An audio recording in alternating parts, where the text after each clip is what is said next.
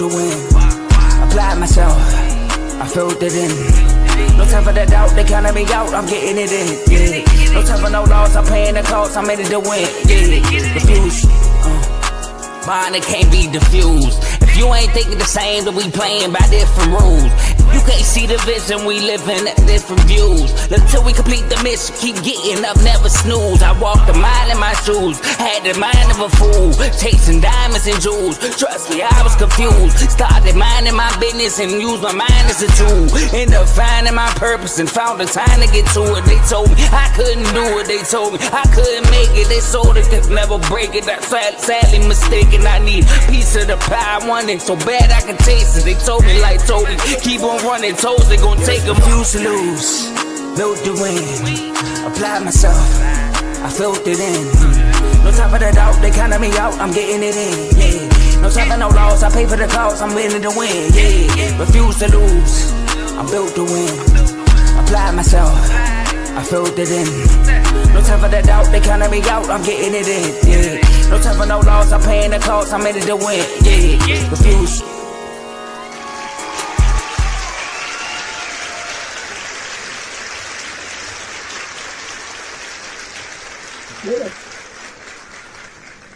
Welcome back to another exciting episode of Unfazed with JJ and AJ. Fans, we know it's been a little bit. It's been a little minute. But we back. We live. We ready for a great episode. Before we get into everything we got to talk about today, because we got a lot. A lot has went down. A lot has happened. We got to discuss, Joe. Some things that I'm personally very excited to talk about. You know what I mean? I don't know if you feel the same way. You know what I'm saying? Give it your boy. You know what I'm saying? Can I get up out of Washington? But you know, we're gonna get to that. My boy JJ, Joe Jordan. How you feeling, man? Feeling great. Like Dave said in the comments, we remain unfazed. You know, I know it's been a week and a half, like we talked about backstage, but we locked and loaded and ready to give y'all some great content today. So let's get it popping. Yes, sir. Yes, sir. Well, let's jump right into it. Joe. You know what we got to talk about. We got to talk about your boy Scary Terry, man. He frustrated. He irritated. He said, you know what, man, I'm going to do something for the first time ever in my whole career. I'm going to request a trade. I'm going to hit that button. Request a trade. Get me up out of here. Send me to a team that wants to pay me. So, knowing everything that you know, and here on Unfazed, I feel like you the Commander's insider for real. Like you really the insider. You doing all the research. You know everything that most people don't know because you really in them trenches with it. You know what I mean? So I gotta ask you, how you feeling about it? What's your reaction to it? Are you nervous? You know what I mean? Are you confident? How you feeling about Terry McLaurin asking to be traded out of Washington? I'm not nervous. I'm actually happy he did this though. So like it's a trump card. It's all business. First, he held out, and then he got fined $50K every time he didn't show up. And then the agent probably went to his agent and said, listen, man, I'm not trying to just throw away money like this. And he said, okay, just fake an injury, which he did, an ankle injury he has, and he's on the PUP list. So do that, and you're going to be around the team. You can talk to the fans, sign autographs, but you don't have to practice with the team. You go hold in. And that's what he's been doing. He's been in all the team meetings. He's been communicating with the coaches, communicating with the players. So he's been doing everything as a teammate. The only thing he hasn't done was show up on the field. And also today we had a scrimmage, a mixed training camp with the Patriots. And because he was on a PUP list, he didn't have to travel with us. All right. So he knows what he's doing. He's holding in the agent, doing the right thing. So now, because he's holding in, he figured like, okay, maybe talks would get better. And obviously they haven't gotten better. So the only card he can pull before losing more money with holding out during the regular season is force a trade. Request a trade. Do that. And that's what he did. He requested a trade. I thought it was the right thing to do. So here's the situation, AJ. So we got what he's asking for. He's like, first reports come out by Adam Schefter. As you know, everybody feel like he's the guru. He's the go-to guy when it comes to the NFL stuff, right? He comes out and says that Terry McLaurin says he wants considerably more than DK. Not just more, right? He wanted to be obvious. Like, I want more than DK. Rightfully so. They came to the same draft class. He's been a much better receiver. He has less quarterback play than DK Metcalf. DK is way inconsistent. Terry McLaurin has been consistent. DK Metcalf, plenty of times he lost his temper or he showed lack of leadership on the field. When Terry McLaurin was the exact opposite, he's showing a lot of great leadership on the field, off the field. As a rookie with the Commanders, he wore that C on his chest and became a captain, right? So Terry McLaurin is a complete opposite with DK Metcalf. DK Metcalf is a natural physical freak. Terry McLaurin isn't. But Terry McLaurin, every year, besides his rookie year when he only had 900 yards, had eclipsed 1,000 yards every single year. Finally gets a quarterback and has his best season, breaks the Commanders' all-time record in receiving touchdowns. His first year with a really good QB. So he says, I want more than DK, and DK Metcalf is making $33 million a year, AJ. And right now what's on the table for the Commanders is offering him $27 million a year. Now, Terry McLaurin is turning 30 years old. DK Metcalf, I think, is 27 or 28, but he's younger than Terry McLaurin, right? So he's about to be 30 years old. You see like a Mike Evans. I think Mike Evans just signed a $24 million contract, who also eclipses 1,000 yards every year, right? He about to break the record. He about to break Jerry Rice's record in 2 years. If he does it this year, next year, he will break Jerry Rice's record with the most consecutive 1,000-yard receiving seasons, right? So he just signed for $24 million. But he's like, dog, Mike Evans, no, I don't want to get paid. I finally get a guy. And then I want to say this too. Terry McLaurin agent is smart. His agent is saying like, yo, okay, you had this great year with this rookie. We saw all the moves they made going into this, like in this offseason. They made like win now moves. Right. They brought back Wags for 1 year. They brought back Ertz for 1 year. It's only for one reason. They feel like they can win a Super Bowl, right? It was game from the NFC Championship game. We traded for Lambo Anlo. We gave up 4 draft picks for Marshawn Lattimore. All right? Crazy. I know it was that many. It was 3, and then we gave him a compensation 1. But all 3 picks we gave him, we got that through another trade. So it wasn't like our picks, whatever. But we gave up a package for Marshawn Lattimore, right? We signed Von Miller. So we doing things that says, oh, they trying to win right now. So, and you got Debo, forgot Debo. So his agent like, oh, they need you, Terry. They need you. Go, they need to pay you, Terry. They need to pay you. So call they bluff. And the commander's like, yo, we're going to call your bluff because we know who you are. We know you want to be here, Terry. We know you want to be around your teammates. We're going to call your bluff. So I'm looking at the situation, right? And another report came out. I'm sorry if I'm talking too much. Another report came out by Diana Ruzania. Sorry if I pronounced your name wrong. She said, this is recent. She said he doesn't want what DK has yearly. That's not what he wants. He wants the guarantees to be more than DK. Or in the signing bonus. He wants that to be more than DK. Because I'm looking at the situation, right? All the receivers. Jamar Chase is making $40 million. Right. And the 10th receiver is T. Higgins, who's the second to Jamar Chase, is at 28.75. And they offer him 27. That's disrespectful. I'm sorry. I mean, you gotta give him more than T. Higgins. Tyreek Hill signed a contract 2 years ago. He's making $30 million. Tyreek Hill's been injury prone. Terry McLaurin hasn't missed a game in his whole career, right? Brandon Ayuk, the man out right now with an injury. He's making $30 million. So he's like, yo, and these guys sign contracts another time when the salary cap is about to increase. So give me my money. So I do think we will sign Terry McLaurin. I in my opinion, I feel like we're gonna come up with he might make $30 million a year for like 2 years. $30 million for 2 or 3 years, but the guarantees will be higher than I'm not sure exactly what DK guarantees are, but I can see around a 30, 31, $32 million a year contract. Maybe I'm looking at 30, but the guarantees are much higher than what these other guys got. So, but sign Terry, man, we need him. I'm gonna be honest with you, Joe. I heard everything you just said. You know, I've been listening to everybody and I've been listening to everybody share their opinions and how they feel about everything. I was going back and forth with a guy on TikTok a couple days ago. One of my friends posted something on TikTok talking about the situation, talking about how he didn't understand what the Commanders were doing. And some guy in the comment section was like, he's 30. Like, name another 30-year-old receiver getting paid top dollar, da-da-da-da-da. And I'm just sitting there looking like, do you believe in the team or not? Do you believe in Jaden or not? Do you believe in your offseason acquisitions or not? Because as a fan, or even as an owner, if you go up to that owner and say, if you give this man whatever he wants, I guarantee we'll get at least one Super Bowl out of it, you'll sign up. Sign me up. How much you want? 33, 34? Because I know we're going to win a Super Bowl. This team was just in the NFC Championship game, bro. This is the part that blows my mind.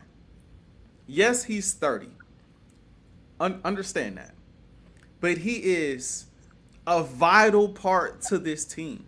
Mm-hmm. He is beyond what he is on the field. He's also a leader in the locker room. He's a guy that everybody wants to be around. Everybody looks up to.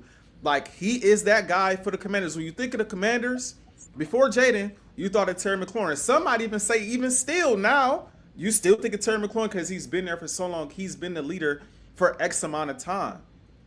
And so with you making all of these offseason acquisitions and you doing everything that you've done with your star quarterback being on a rookie deal, I don't care about how old this man is right now because we are in a championship window. That's how you got to view it. If you believe in the team that much, we're in a window. And these windows, they don't come around often. Somebody might need to explain it to your GM, to maybe a fan of somebody else, right? Listen, yo, we ain't been relevant in a long time, okay? We ain't had this window in a long time, bruh. So while we're in this window, before we've played Jaden, we need to pay everybody that needs to get paid so that we can take advantage and capitalize on this window that we have. We don't care if he's 30. I wouldn't care if he's 32. If you telling me signing him gives me the best opportunity I have at winning a Super Bowl, the money doesn't matter as much as people want to make it seem, bro.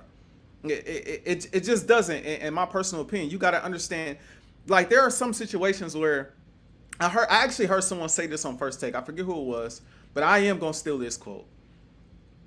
Every deal not going to be a good deal. And that's just that. I think that's just the facts. You want, as a GM or owner, you want every deal to be a great deal. Oh, we got him team friendly. But every deal ain't going to be like that. You have to look at the value that he has. I understand you got to look and compare him to other receivers, but the value Terry McLaurin has to the Commanders is different than the value that DK Metcalf has to the Steelers, or different than the value that T. Higgins has to the Bengals, or he means a lot more to y'all than y'all want to acknowledge. I think this should have been done. Now, JD5 is a great quarterback, great young quarterback. I think he's going to have a good year. You will hope that this time away from, building that chemistry, that they don't have they don't come out the gates slow because they haven't had this chemistry. And looking at the schedule coming out of the gates, I mean, it's not daunting. Y'all got the Giants, y'all got the Packers, y'all got the Raiders and the Falcons. That's not a crazy, they could go 2-2. They could go 4-0. They could it's not a crazy bad. Ain't like you got to play the Chiefs, the Eagles, ain't like you got to play the best teams right away. But at the end of the day, all you're doing is prolonging the development of your young quarterback, sending, in my opinion, the wrong message to the locker room, the wrong message to the league that, hey, business come first. And I know it's supposed to, but there are moments and times where business can't come first when you're trying to set a precedent as a new GM, right? And you potentially I just feel like you potentially setting yourself back. So I think this should have been done. Me personally, Terry, listen, if you go to Terry and say, listen, this is the window, because he wants to be there. He wants what's best for himself, but he also wants what's best for the Commanders. He's not dumb. He wants to win as well. He just want to get paid on his way out the door. Understandable. Hey, Terry, we could give you X amount of dollars, but we might have to snip some money here, snip some money there, so we could do this and we could do that. I'm sure he'd be under. Okay, that makes sense. Okay, let's do this. Okay, I'm cool with that. I think he'd be cool with that at this point, knowing the window that they're in.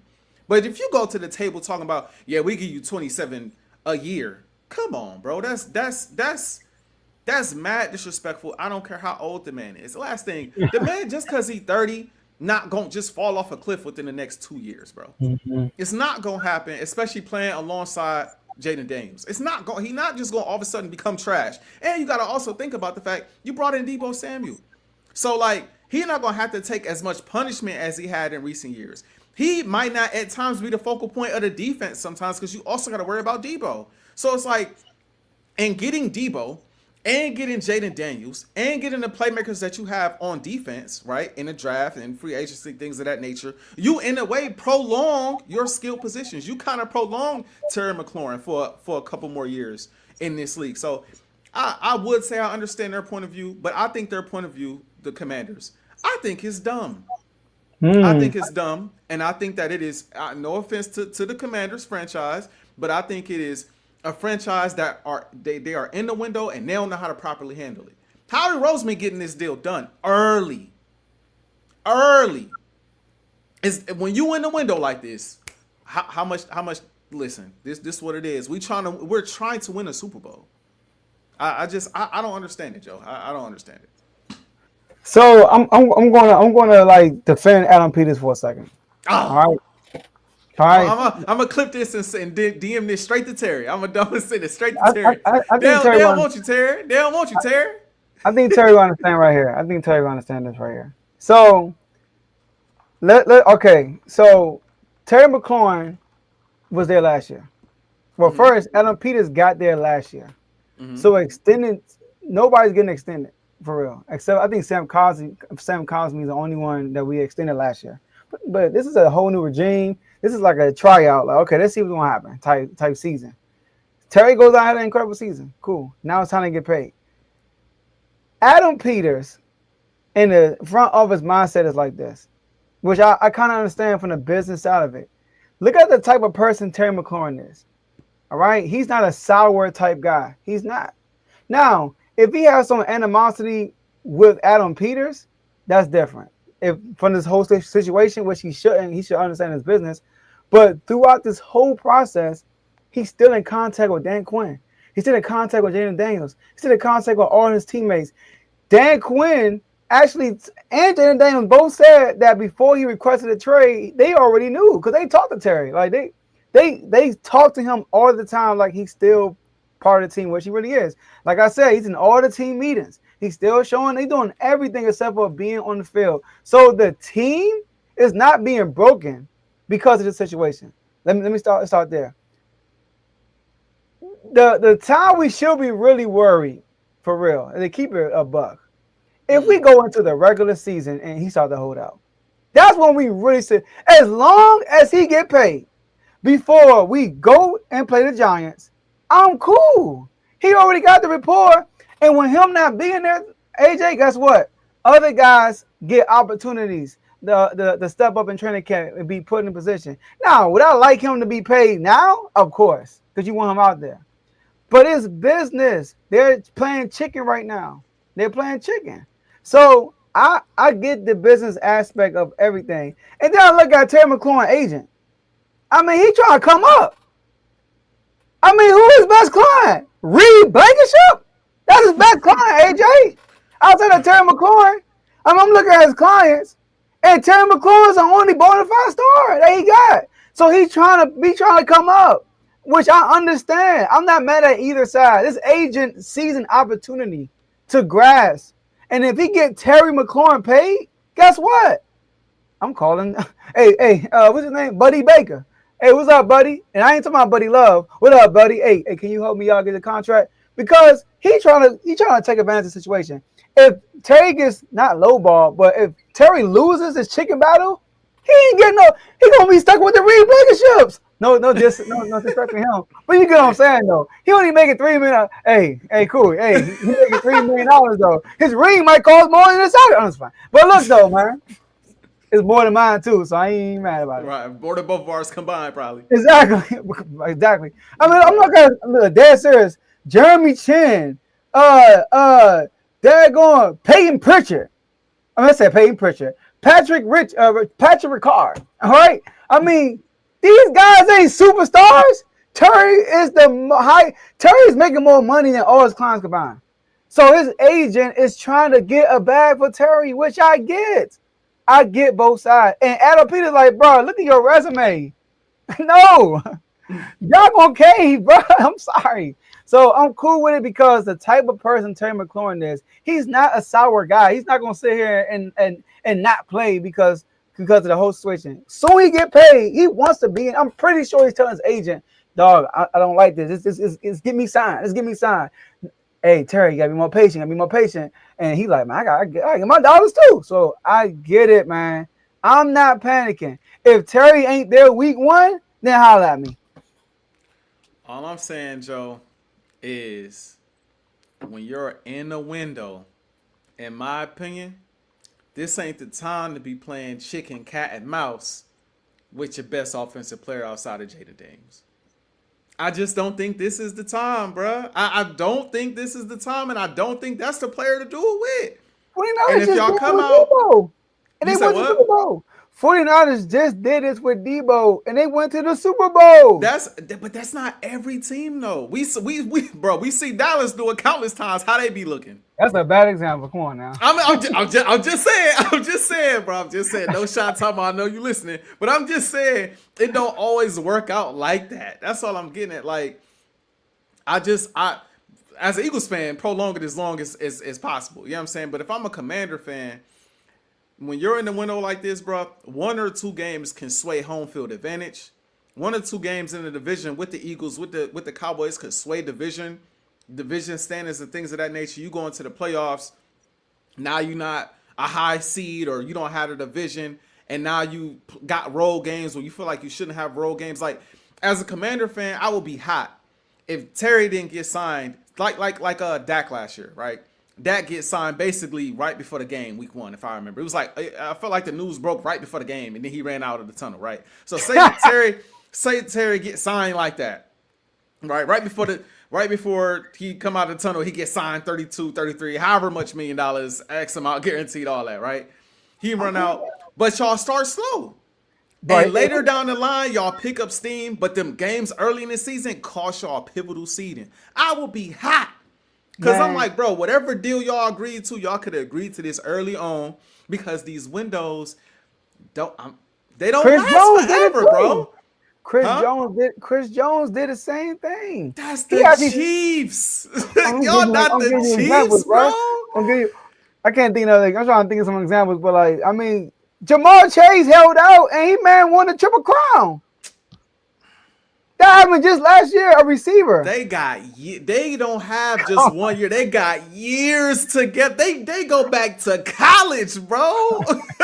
they listen. I'm just saying. If I'm the Commanders, bro, what you want, Terry? Here you go, bro. Like, after a while, it's like, bro. We need you here. We need you continuing to build on that chemistry with Jaden Daniels. We don't need no sophomore slump. We don't need a slow start. We want to get a hold of this division early and hold on to it, so that we get home field advantage for at least a playoff game and push for that 1 seed. That's my mindset. That if I'm the GM, that would be my mindset. Unless I didn't believe we was in a real window, then it'd be like, man, I'm not gonna do this. But it's like, if I believe we in a window, we could win within the next 2-3 years. I'm about to get this done. I need all my guys there. I'm pushing all the chips in now. Let's see if we can go on a run. That's just me. But hey. Take your time. Go take your time. I don't mind. You know what I mean? I know we gotta move on, but Tomo, they also went to playoff. It had nothing to do with Jamar Chase. All right, so Jamar was balling. It had nothing to do with Jamar Chase. And also, AJ, I'm agreeing with you. I'm just telling you, I'm on phase. I'm not tripping that he not signed. You got JD at the end of the day. No, I think he will get signed. I think it's just a game of chicken before the first game. But call me if he's not there week 1.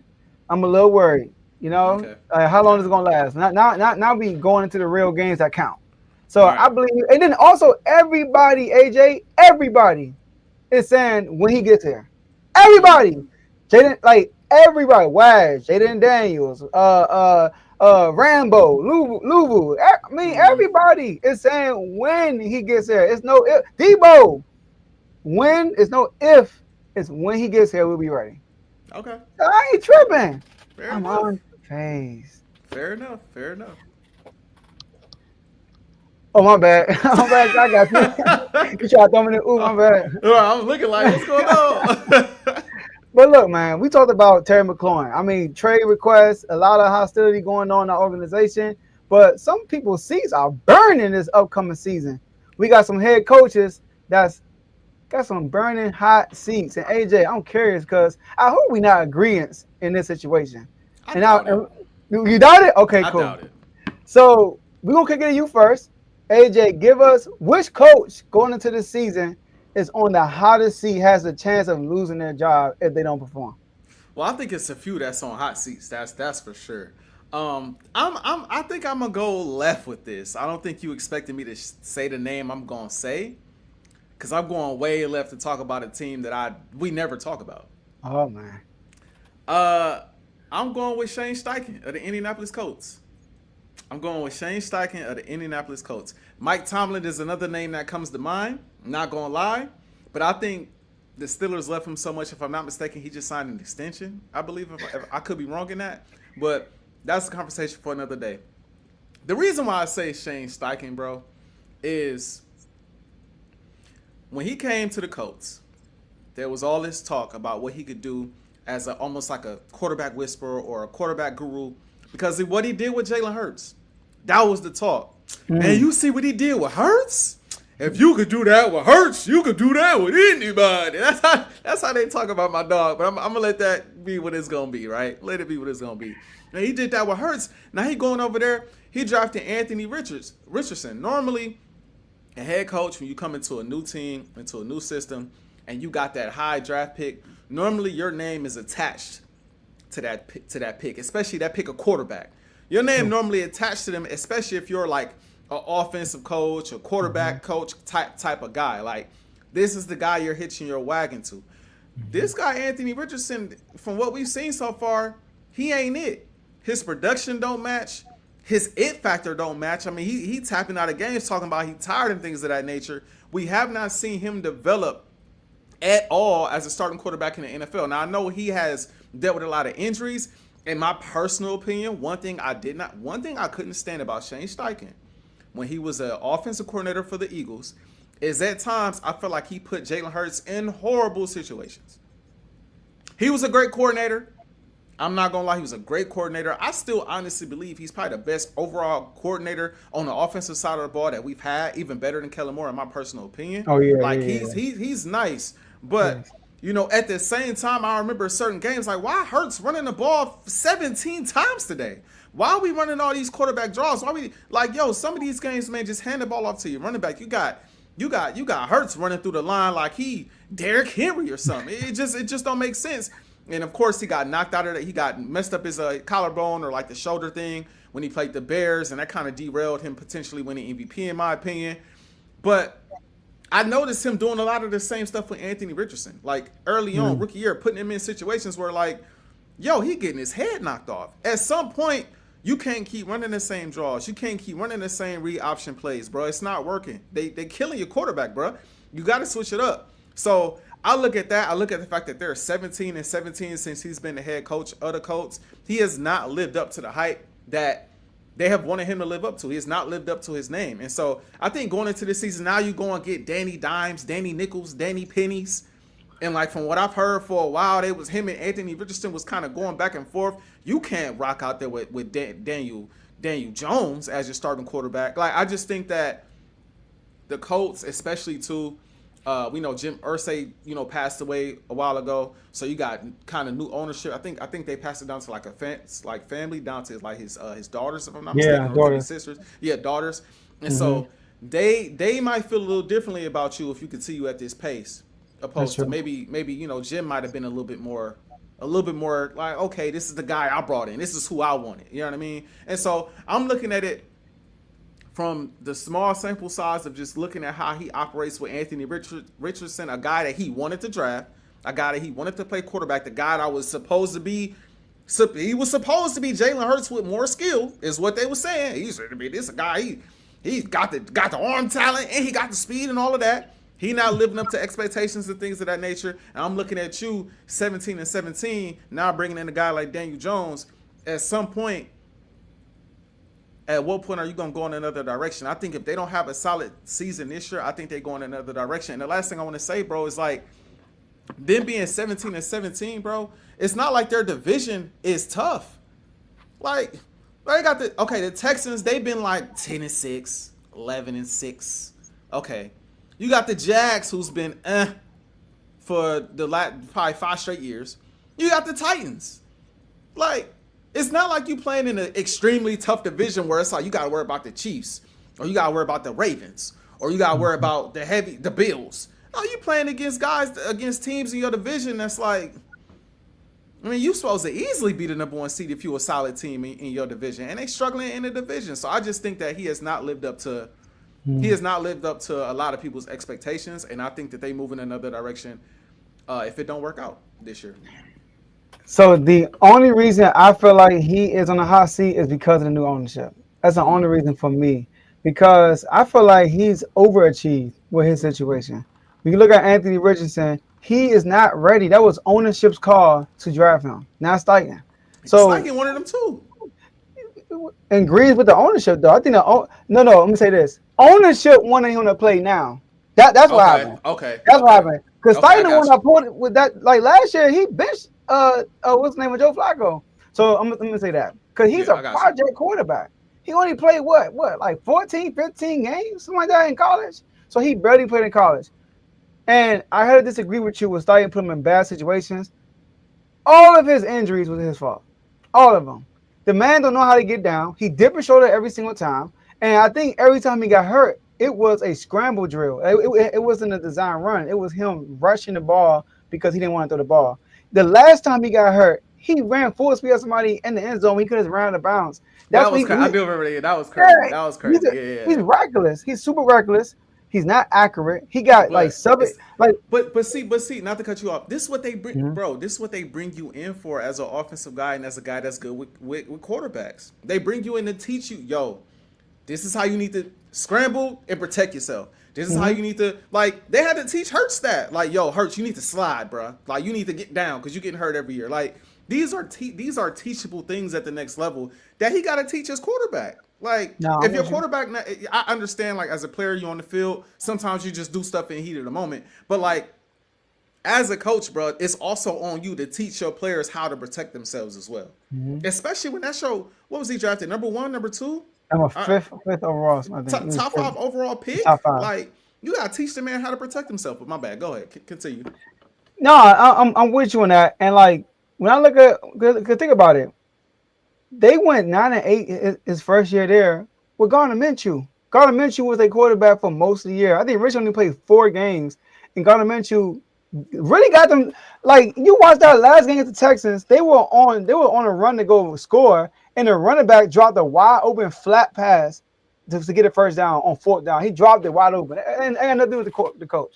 So in year 2, Richardson once again gets hurt. Joe Flacco comes in and they go 8-9. Like they not, that team not supposed to be 8-9, like, or 9-8 with Gardner Minshew. So the only reason why I feel like he's in the hot seat is because of the ownership. A lot of ownership is like, you know what, we're gonna just get rid of everything. Let's start over, let's start fresh. So that's what I think. But here's my guy, and Tom will say in the comments, Mike McDaniel. I think Mike McDaniel is on a hot seat right now. Mike McDaniel.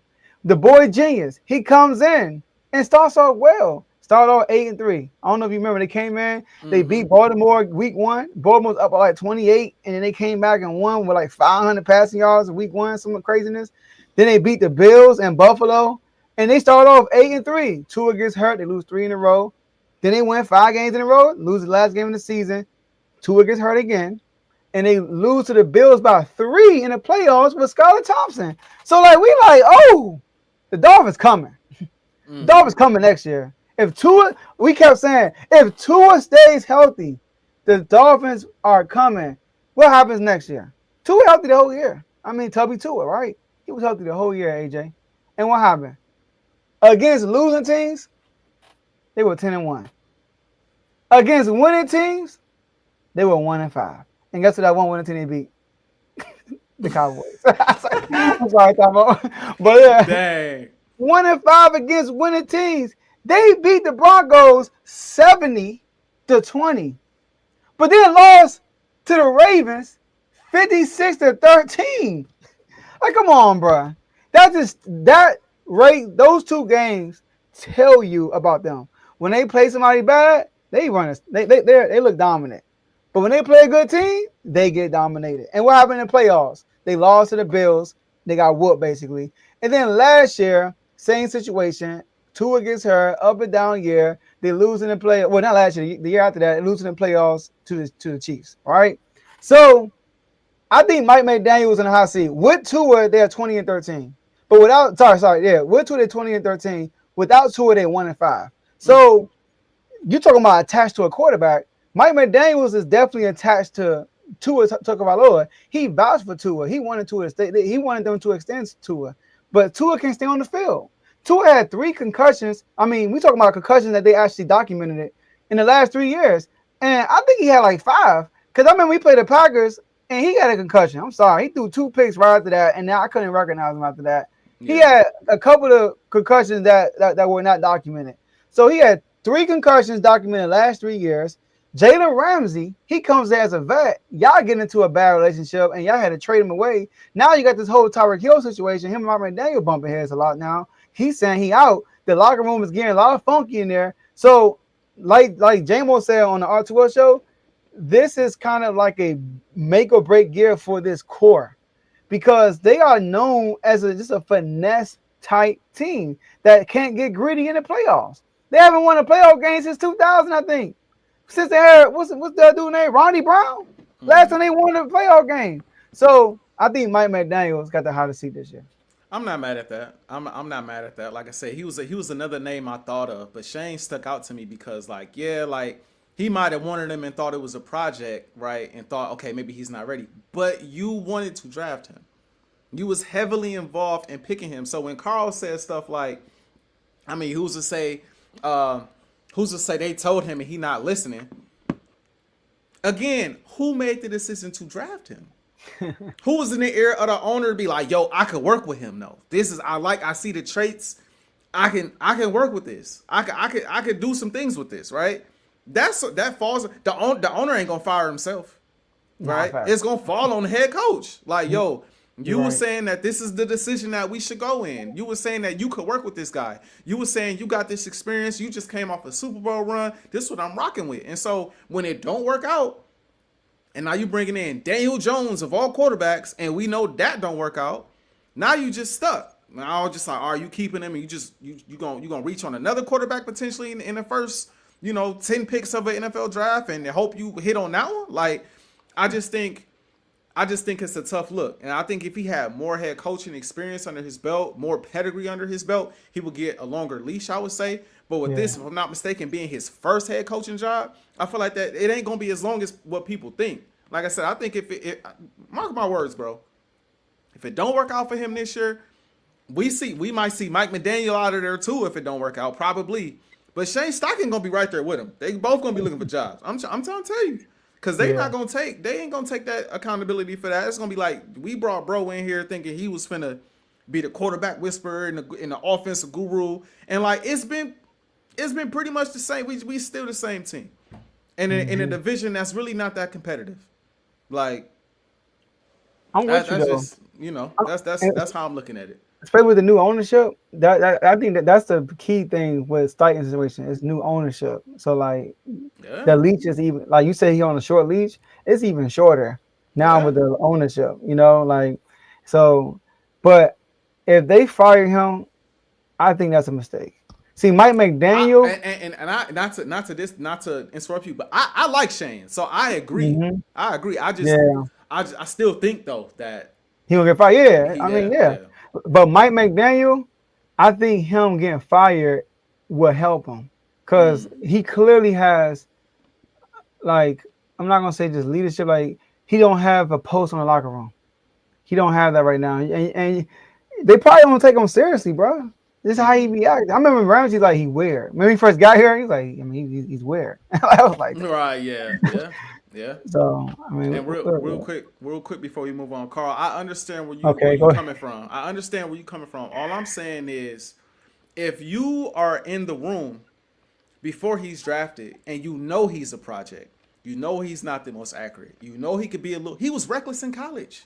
He was reckless in college, so you knew this before you drafted him, and you still went to ownership, GM, and said, "I can work with him though.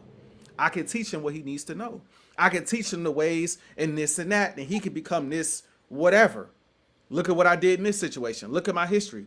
And you pitch that, you then can't come back later and say, "Well, he not listening to me." Well, you told us that you could make him listen. You told us that you would be able to get him to refine his game and be better, and he ain't better. So this is going to fall on you more than it falls on anyone else. Am I wrong?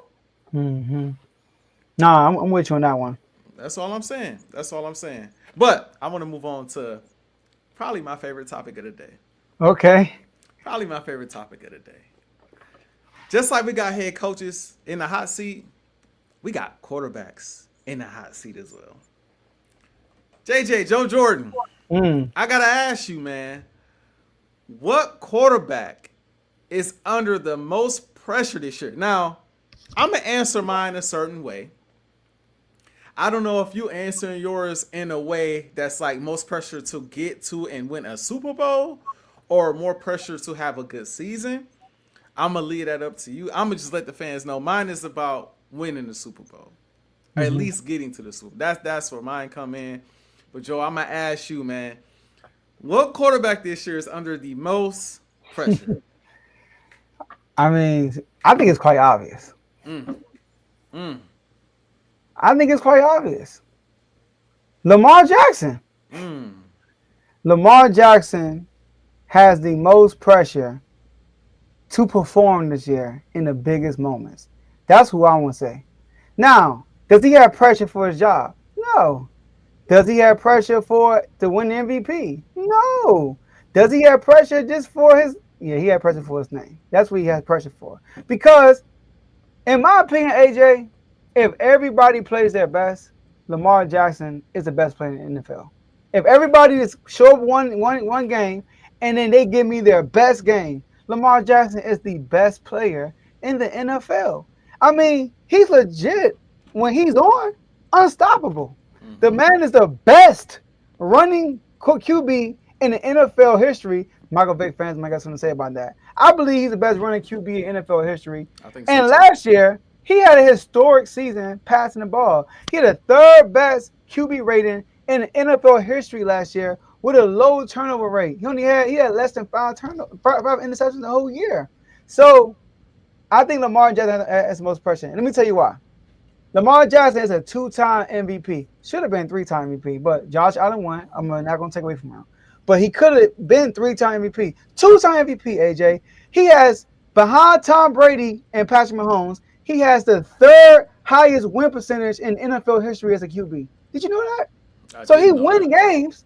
And when Lamar's there, there's no fear. Lamar Jackson has never missed a playoffs when he played a full season. Never. And he's never he only lost the division one time, but he got hurt. So when he was healthy, he has always been there and won the division. All right? Now, he made a playoff. First, he won MVP 2019.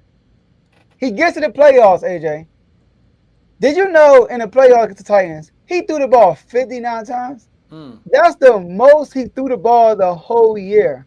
Now, I'm not going to put all that on Lamar Jackson. That's coaching right there. Why would you put the ball in his hand 59 times through the ball when that's not his game? I think he only threw the ball more than 30 times, 3 times the whole year. And now you want to do it 59 times in the playoffs when we need you to be Lamar Jackson?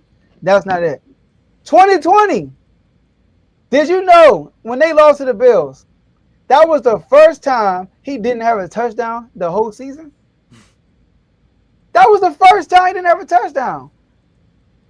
And he had an interception. He threw that pick six at the end of the game, which kind of sealed the deal for the Bills.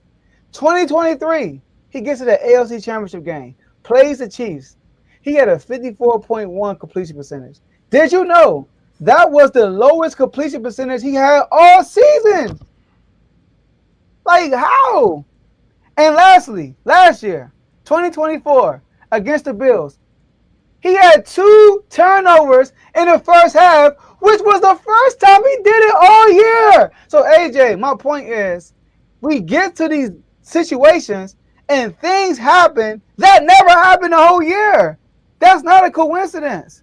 So but I do believe last year in the game, he jumped the hurdle.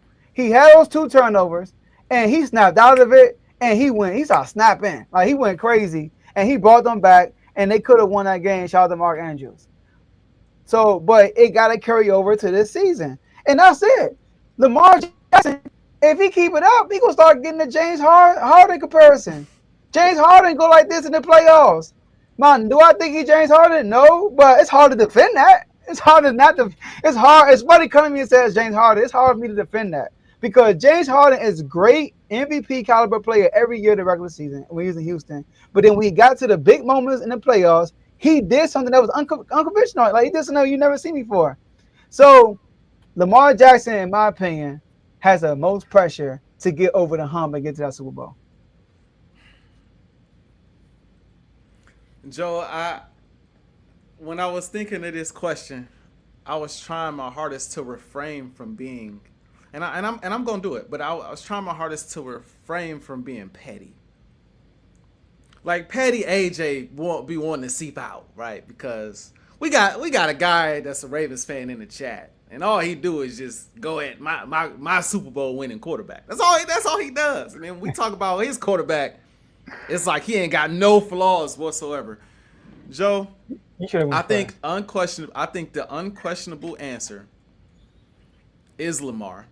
And I say it respectfully because I like Lamar. I think Lamar Jackson, skill for skill, talent for talent, is the best player in the game, which is why he has the pressure on him the way he has it. One thing I want to say, Joe, we always talk about what Jalen Hurts has at his disposal, right? What other guys have. If you put this player in this position and if every quarterback could game manage, Okay, let's take the Eagles out of the equation because the Eagles don't go to the Super Bowl every year. The Eagles aren't in your conference. Joe, who has the best roster in football outside of Philadelphia? The Ravens. The Ravens. They got the best roster in their conference, bar none. You got Lamar Jackson, who is a talent in himself, right? He carries a load by himself, undeniably. But then you got Derrick Henry. I understand Zay Flowers didn't play in the playoffs last year, but you have Zay Flowers. You got Bateman, who's starting to come into his own. You got Andrews and Isaiah Likely, the dual threat tight end threat. Your offensive line, not bad. Now, Lamar be running around a lot, so I ain't going to say they got the best offensive line, but I think their offensive line is good enough.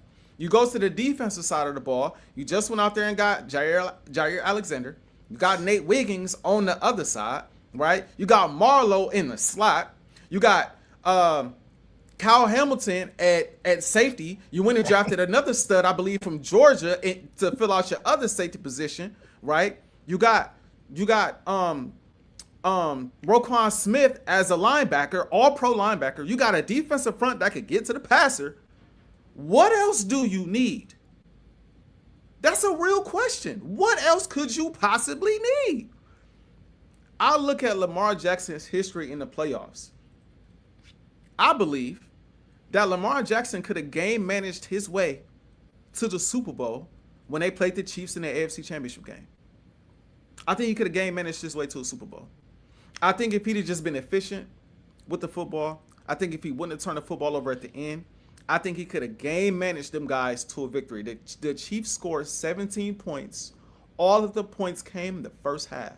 They was getting shut out in the second half. The defense came to play.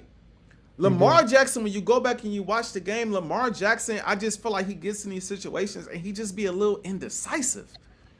He don't know whether he want to throw or he want to run. He don't know. It's like he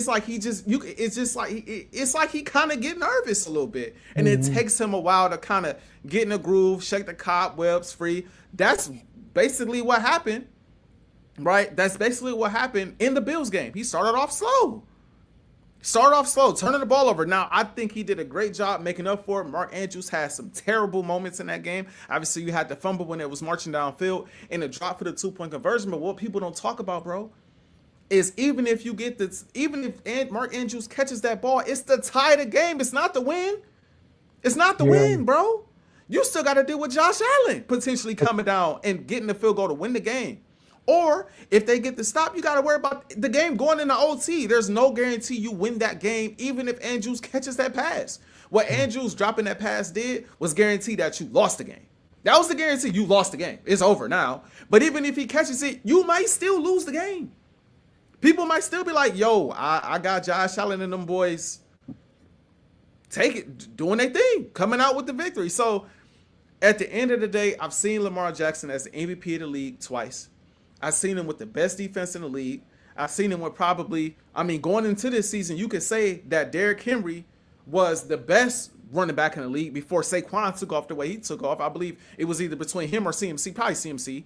Derrick Henry was probably number 2 best running back in the league, right? Wow. So, yes, the fumble was to take the lead. And Mark Andrews, like I say, he deserves his responsibility in the loss. I'm not going to gloss over the fact that he made those bad plays. But what I'm saying is, like Joe said, if Lamar plays like he plays in the regular season, in the playoffs, you have no concerns about those guys. His numbers drop dramatically in the playoffs, right?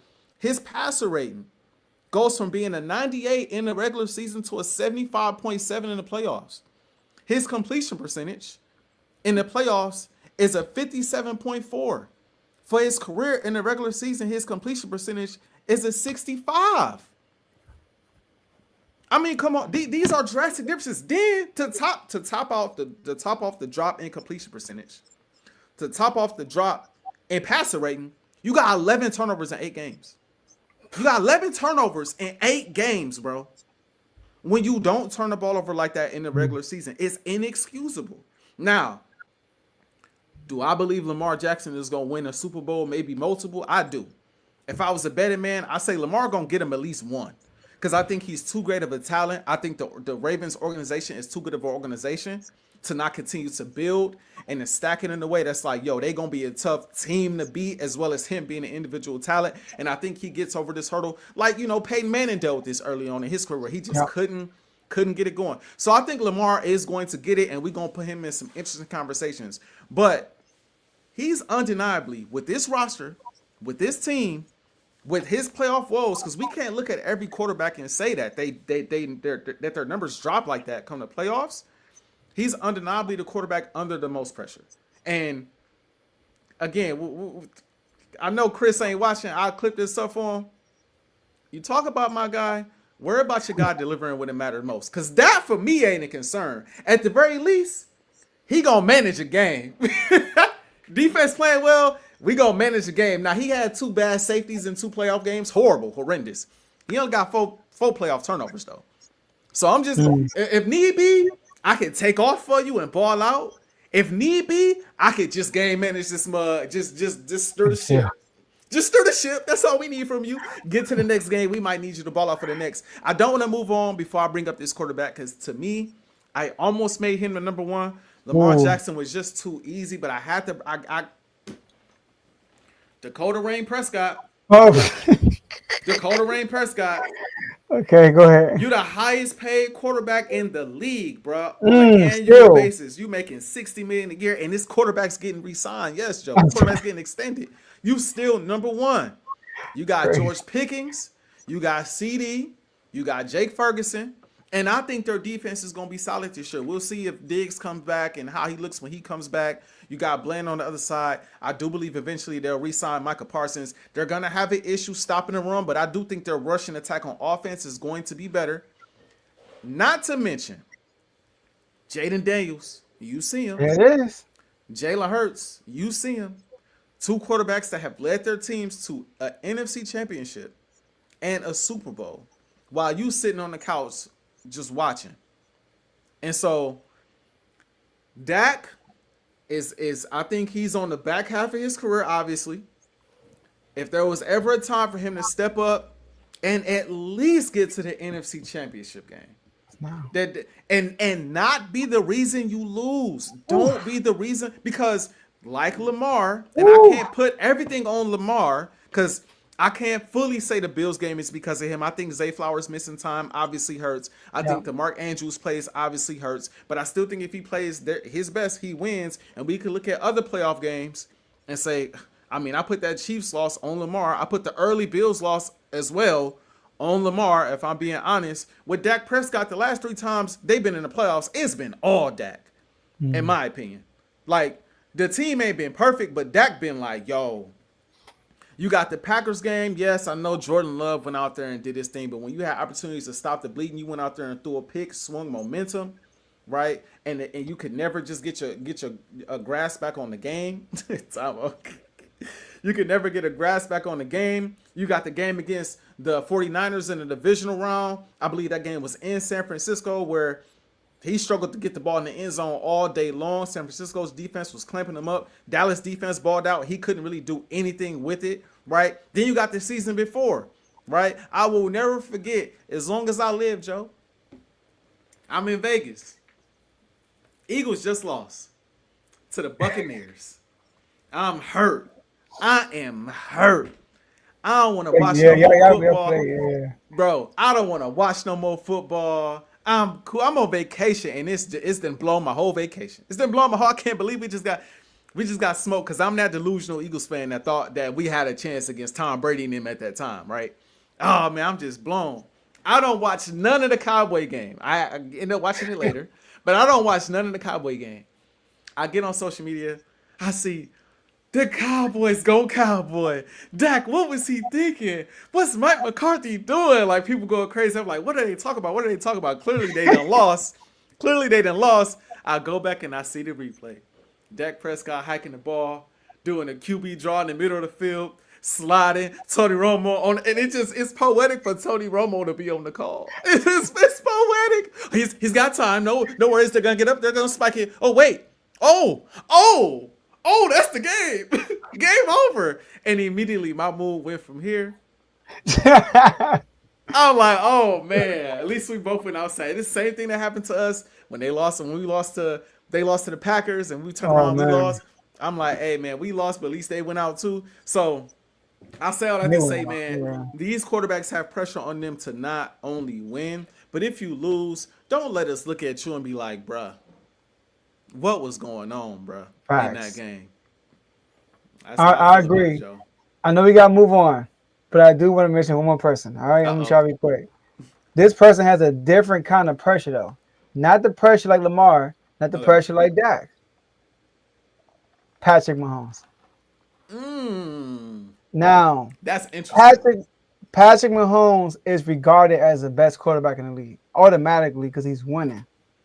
He lost some of that aura last year for which I did to him. He lost some of that aura.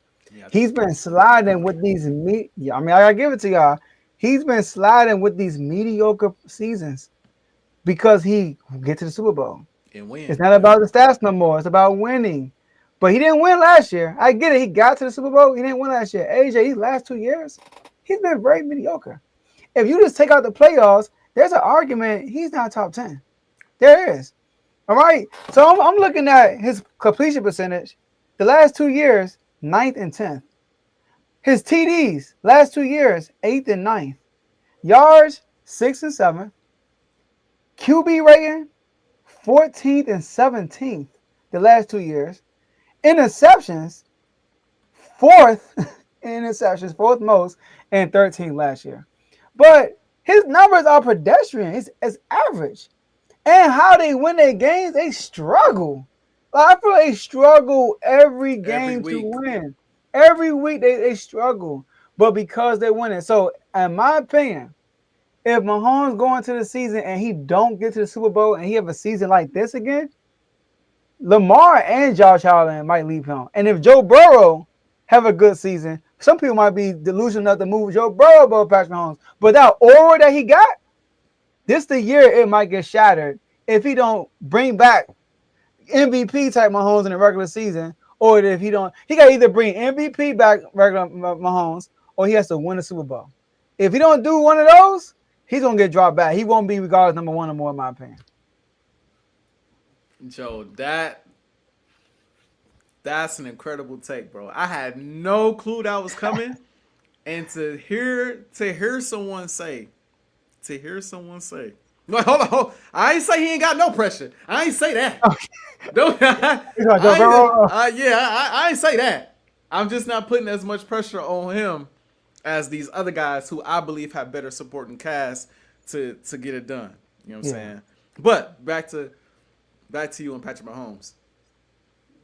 To hear someone say, you got an argument he not even top 10 without the playoffs? Oh my gosh. And like hearing it, it blows my mind because you would never even think it. You would never even think it. But like I said, you know how I feel about winning. So I'm not going that far. And I don't think you actually would go that far. No. But, given his pedigree, what he's done. But I will say one thing that comes to mind when you bring up Patrick Mahomes, them guys creeping up. I think there's only but so many more times you're going to be able to knock Josh Allen out of the playoffs. I feel the same way about Lamar Jackson. And I think once those guys get over that hump, they're going to be hard to knock back down. They're going to be hard to knock back down because now they feel like, okay, we could beat him. We could take him out. You know what I mean? And so, that's tough. He has the pressure of the throne. Like, you don't have a good year this year. Somebody else is snatching that down. So I respect that. I think what y'all did, it was like, wow. Yeah. They can't get got. He didn't look like, he was running into half of them sacks, bro. Because Andy Reid too. They ran the ball 2 times in the first half. And then see when they lost to the Bucks, it looked kind of similar, right? But they had injuries. So it was a reason like, they had I think it was 3 offensive linemen that was gone. And to me, Pat looked good still. Like he looked improvising, like he still was special. This past Super Bowl, oh my gosh, it was ugly. That's one of the worst games I ever seen him play. Yes, on the biggest stage like that, on the for a 3-peat. Like, come on, what y'all doing? That was nuts. That was nuts. But I know we got a little bit of time, so we can get through this. But your boy is on the extension, Luka Doncic. I don't have the exact numbers. I don't know if you got the numbers. I think it's like 3 years, 165. Woo. 3 years though. You're like, hello, we're going 1, 2, 3. With a player option on the last one. Right. He's trying to position himself to sign a crazy extension in that last year. Yeah. And you can get Braun out of there too. But anyway, so look, Luka Doncic. 3 years, 165. 3-year, $165 million extension. And also, there are a lot of talks about how lean the guy is. The guy is, he doing his thing. I mean, the man is small now. That's what they call him skinny Luka. And I think I got a picture of him. I got you right here, AJ. You got a little. We're gonna show everybody. That's who he was before. Yeah. And that's how he look now. So the man looks swole. And like he had a couple of burgers or something in the left. And now the man looks slim. You can actually see like the tone in his body in the second picture. Facts. All right. So AJ, what are your expectations for Luka Doncic this year? Listen, Luka Doncic is, when he's at his best, you could, in my opinion, when he's at his best, you could still make the argument he's the best player in the league. At his best. Now, I'm not going to say that after what SGA just did, because SGA did it on both sides. He just won a championship. SGA is cemented. But I think that, Luka's right there. Obviously, Jokic is in that conversation, but then I watched Jokic in the playoffs this past year. He was horrible defensively. It's like Luka's bad, and Jokic like right there, bro. He was terrible. He was terrible. He was awful defensively. I'm like, why don't we ever talk about this? It's because Jokic keeps himself in better shape. It looks as if he's a better leader, and he's won a championship, got multiple MVPs. That's really the difference. But when you watch them play, it's a big difference. Jokic is, oh my gosh, Jokic is almost as bad as Jokic as Luka is defensively. It just is what it is. But I say what I have to say, Luka has been disrespected from the time he was traded all the way up and through this offseason. I've noticed though that those talks have kind of simmered down now that he's gotten in shape. I see a hungry Luka. I see a determined Luka. I see a Luka, we talk about expectations. I see a Luka that I expect to be the MVP of the NBA next year. That is what I expect. Now, a lot comes with that, right? Obviously, to be MVP, you got to win a lot of games, right? You got to have those numbers. You got to have those stats. We got Bron coming back, right? You got Austin Reeves coming back. You got Rui coming back. You got a lot of the same guys coming back. DeAndre Ayton, I'm happy about the move because he is a big body in the paint. I'm not expecting a ton from him. Just go grab some rebounds. That's really all we need. Grab some rebounds and be a lob threat at the rim. I really love the addition of Marcus Smart. I know he's older and injury prone, but he's a defensive guy that can really help out. You know, sometimes play him along the same side or along with Luka to help with some of the defensive assignments that Luka, again, we know what he is defensively. So bring in a guy that's a defensive ace that can help out defensively to, you know, help with Luka from time to time. I expect him to be more engaged on the defensive side of the ball. I think it's gotten to the point with him where he knows you in LA. You walk into the, I still call it Staples. I don't care what nobody say. I still call it Staples. You walk in the Staples Center and you look up at them Raptors, and I heard them say, I want to be a guy that brings multiple championships here. I look at the Raptors and I see all of these jerseys in the Raptors from the Kobe's, the Shaqs, the Kareems, the Magics, the Worthies, the Elgin Baylors, all these guys in the Raptors, and I want my name up there as well. You know, in order to do that, bro, you got to step it up defensively. You got to be more efficient offensively. And I think that, like I said, the disrespect, the way he was traded, the way the Mavs kind of messed up his money quite a bit with that trade. They really messed up his bag. I think we get angry Luka. And I can't, as a Laker fan, I could not be more excited to see what we get from Luka this season. I think he's finally comfortable. When we came to LA, he was a little uncomfortable. New city, new team. Do I defer to LeBron? Do I not? Now the Lakers have told him, this is your team. This is you. It's all about you. We are building around you. They kind of been kind of shoving Bron out the door, like, all right, whenever you ready, get up out of here. So that's even more of a sign, like, bro, this is all about you, just like it was in Dallas. We're going to build this thing around you. I expect him to have an MVP caliber season. As long as guys stay healthy, I expect the Lakers to be one of the top seeds in the West. I do. I expect us to be one of the top seeds in the Western Conference, so long as everybody's healthy. And again, I know LeBron's on his way out the door, but if Bron can stay healthy, man, like I still give us a shot. If Luka's at that level and Bron is playing how he's supposed to play and he's able to kind of sustain himself and kind of take games off and really load minutes throughout the season so that he's fresh come playoff time and we can click on all cylinders, now all the chemistry is there. You know, you got a full season now with Luka, a full off season now with Luka. I say the sky's the limit for what the team can accomplish. But like I said, Luka, I'm expecting an MVP season. Yeah, I'm with you. Luka Doncic at his best, arguably the best player in the league. I'm with you on that too. And I was trying to tell Vaughn and them in the chat, y'all talking about Luka, Jokic the same way. I was putting up clips and everything. They ain't trying to listen to me, but another story. But one thing I like about Luka Doncic is that he raises his game in the playoffs. This is him in the regular season, which is fantastic. And he takes it to a different level in the playoffs. Look, in 2020, right, in 1920, he averaged 28, 9, and 8 in the regular season. In the playoffs, 31, 9, and 8. The next year, 27, 8, and 8 in the regular season. In the playoffs, 35, 10, and 8. That's crazy. All right. 28, 9, and 8 in the regular season. In the playoffs, 31, 9, and 9, got to the Western Conference Finals. And then this is the only time he took it back. He dialed it back because he had Kyrie. He averaged 33, 9 and 9 in the regular season. Led the league in scoring. That's dialing it back. Exactly. That's the highest points per game for anybody that averaged 9 assists, 9 rebounds. That's the highest points per game. 33, 9 and 9.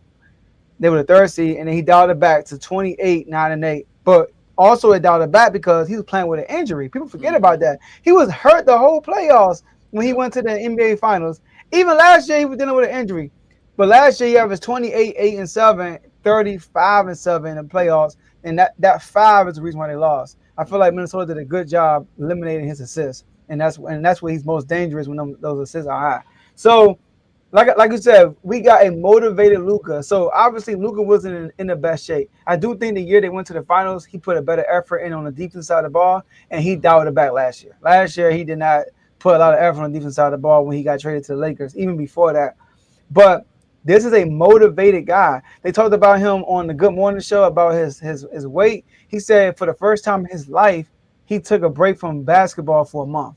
First time he did that in his life, just to clear his mind and get his body right. So I'm excited to see what he's gonna look like. I think JJ Redick is. I think he's a smart coach. Obviously, he's gonna have his learning curves just being a coach. We saw what happened last year. I think he'll be better from last year, having the whole season, off season with Luka. And like you said, even if LeBron is low managing throughout the whole season, I still think the Lakers can win a lot of games because you got Luka Doncic and you got him a big. So I'm excited to see what they're gonna do. Obviously, I'm not a Laker fan, but I do like Luka. I like Luka. I want to see Luka. I like Luka. He's a dog. I love dogs. You know what I mean? So I think Luka will have an MVP type season. The reason why I don't want to tag him in that, because he's one of those guys that you just throw it on him because it's how play here. Every year, Luka's gonna win. Luka's gonna win. And then, right. But the thing that was stopping him though, like you said, is winning. Mm-hmm. If he gets a 1 or 2 seed, he's automatically gonna win MVP in my opinion. Yeah, I agree. And like I said, message for LeBron. Listen, bro, I know you watching. You know what I'm saying?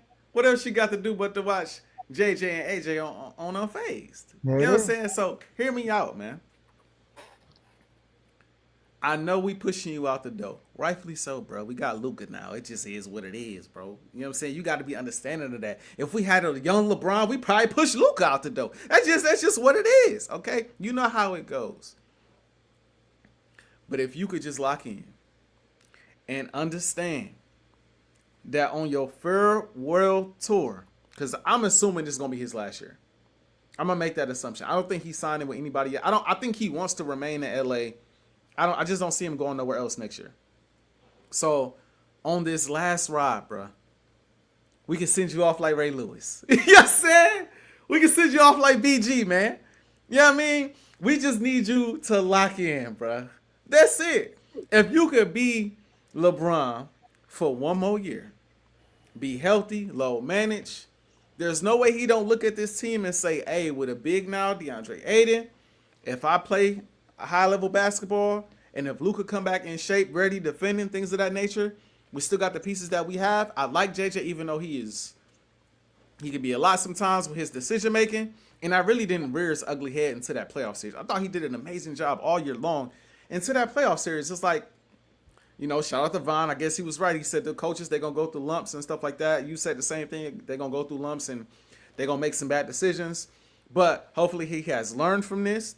We still got Hayes on the roster. I wonder if he's going to get some playing time in the playoffs. But nevertheless, I think it's some pieces there if Luka is Luka. Mm-hmm. So if you can be Bron, right, one last time, and I don't mean go out there average 30 a game, but if you can give us 23, 7, and 8, you know what I mean? And get in the playoffs and give us like 24, 7, and 9 or something like that, and it's efficient, I'm not ruling nothing out. I'm not ruling nothing out. I'm truly not ruling nothing out. What'd you say? 23, 5 assists, 8 rebounds. I think that's enough. If Luka, because Luka's gonna be and play some all-ball defense. You know what I mean? Yep. Like Luka's gonna be Luka. We're not gonna have you in the paint as much dealing with the biz because we got DeAndre Ayton for that now. And I'm not saying DeAndre Ayton is the ultimate fixer because I know he has his flaws, a ton of them. But against the Wolves, we just needed a body, bro. We just needed a body. Got Rudy Gobert going for 27 and 25, bro. We just needed a body. That's all we needed. I'm not gonna say we're gonna go out here and knock out OKC because OKC is a tank and they are young and they are quick and they are physical. So that'll be a lot. But like, if that, I almost wish, even though we pushing LeBron out the door, I almost wish that we would have found, and I know it would have been impossible, but if we could have brought them together a little sooner, while Bron still had a little bit more juice left in how he's had these last few years, I still believe in that duo if they locked in. I do. Yeah. So I was looking at some highlights the other day. I'm like, man, but this look like a great duo though. They just got a lot. Luka almost had a flu game in the playoffs. Like, come on, y'all. Like, what we doing out here, man? Like, oh my goodness. But yeah, message to LeBron, just lock in, bro. And bro, everything is like, bro, let it flow. Let it flow, man. You know what I'm saying? You never know what can be accomplished this year. You just never know. And you know what's crazy? I know we got to end it. What's crazy about this whole LeBron last season situation? I know LeBron wants a farewell tour. I know he does. Like what Kobe did. But where he gonna go? He can't do it in LA because LA is good, and he can't go to Cleveland because Cleveland is good, bro. Like Kobe did on the bad Laker team. They were already like, okay, we want to give up this year, let Kobe do his thing. Where he gonna go? He can't. I mean, he's not going to Miami and doing that stuff. So like, right. That's why he probably still playing. He waiting for Cleveland to be bad so he can go to Cleveland. right. He I tried don't to know. tank us. We picked up Bronny. He tried to tank us, bro. That's what it was. And then we went and got Luka. He's like, I mean, y'all really still trying to compete? Chill. Like, dang, bro. What we doing out here, man? I still got to log these playoff minutes right now, man. This is crazy. Hold on, y'all still trying to win? Come on, y'all. Hey, like, chill. on, I'm man. trying to have my farewell tour. Right, y'all know this my time. Let's wrap Let's wrap this up, man. Let's wrap this up. My last words. Shout out to the whole Ontour network. Shout out to the whole Ontour family. All right. Shout out to everybody on AJ's channel. Make sure you go tune in to his channel. We got R2L Day coming up this weekend. Looking forward to that. I got miss my man AJ was in the basketball tourney. You know, like it's gonna be dope. We're gonna record it live so y'all be able to see it or whatnot. But I'm gonna give a shout out to San Antonio Malls, man. San Antonio Malls is getting honored to the Ring of Honor. The week one against the Giants. So I'm looking forward to that. And you know, we got a chance to meet him on yesterday. So shout out to San Antonio Malls. Von Miller. This will be the first time Von Miller will be playing dollars and dollars in his career. So I'm sorry, Dak. I'm sorry. All right. And you know, the Kings, it's looking like we're gonna get Westbrook. You know, so look like, and look like we're trying to get Kuminga too. So like, I don't know who we're trying to do. That's a great pickup. But I'm looking at this lineup. You got Westbrook, DeRozan, Levine, Kuminga, and Sabonis. It looked nice. Kuminga ain't no 3-point shooter. DeRozan ain't a 3-point shooter. Westbrook ain't a 3-point shooter. So it's like, oh, it's Sabonis for real. So it's like, dang. You know what I mean? Like, so, yeah. I don't know. But that's that. And also prayers out to all the families who were hurt or who were affected by that incident at the NFL headquarters. That was crazy. It was a shooting. Yeah, it was a shooting over there. About that. Yeah, this happened last week. I think 4 people died. There was a mass shooting over there. Yeah, mass shooting over there. About that. So condolences to anyone who lost anyone in that situation. But yeah, and shout out to you, AJ, partner in crime on the show. Yes, sir, man. My sorry. And shout out to my boy Devin. He got married. All right. So shout out to you and your beautiful wife. The wedding was beautiful. Thank you for the invite. We appreciate y'all. Shout out to him. I might be reaching out to him for some advice, man. We got some vows and stuff. I gotta get in line, man. Ask him how he kept his nerves in check up there, man. I might have to ask some questions, man. So yeah, but no, my final words. Shout out to the R2L Network. Shout out to everybody watching on my channel. Timeout, full timeout on Twitter. Everybody paying attention. Appreciate all of y'all commenting, supporting, subscribing. Make sure y'all join the chat. Stay popping every day. There be a lot of trolling going on, so make sure your skin is thick for it, tough for it, because, yo, we be up in there trolling all day long. So, but it's a lot of fun, a lot of good people in it. I wish I could be there for the tournament. I'm gonna have to get y'all next year, man. Just know, man. I was fighting, bro. I was fighting to get out there this year, man. I can't do it because we got a lot coming up with the wedding and all that. But next year, man, just know, we out here. You know what I'm saying? Just know that. Eagles, hey man, we got our first preseason game tomorrow, and I'm actually looking forward to it. I'm looking forward to seeing the young talent. Guys like Ty Robinson on the defensive line, Keely Ringo fighting for a cornerback 2 spot out there. We just got the guy from the Raiders as well, so I'm interested in seeing if he gets any playing time, if he's ready just yet. So we got a lot of young guys that I'm really interested in seeing how they play, how they look out there. Obviously, it's not going to be no big-time starters playing like that on offense. Fangio did say he wants to play some of the defensive starters, so that's going to be interesting to watch. Shout out to Quinyon, top 60. Shout out to Cooper DeJean, top 60 on the NFL's top 100 list. I like to kind of take credit away from that list, though, because sometimes I think they be tweaking. But for Then I rock with these. Now let's see where they got AJ and Hurts. We gonna see. We know Saquon gonna be like top 3 probably. I want to see where they got Jay Hurts and AJ. That's gonna be an interesting thing for me to watch. But yeah, man, I'm looking forward to the NFL season, man. Defending that Super Bowl championship, and like I said, Lakers. Skinny Luka in the building. Bron, baby, he come back a little determined because he mad. Like, y'all forgot about me? Y'all gonna forget about the king? You know what I mean? Like, maybe he come back hungry, feeling like he still got something to prove. Like, I'm about to show y'all who to go for real, for real. I'm about to really get it done with Luka this year. You know what I mean? You just never know. But like usual, man, I feel great about both my teams. Where we at? The Eagles and the Lakers. They got me feeling unfazed, Joe. Unfazed. Let's get it.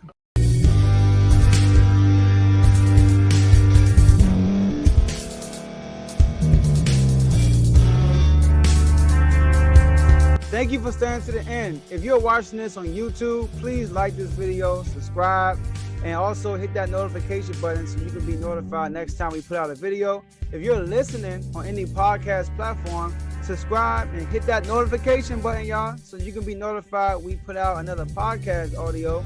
And last but not least, hit that share button. No matter what you're listening to or watching it, hit that share button and send it to somebody that you know that would love to watch this episode you just listened to.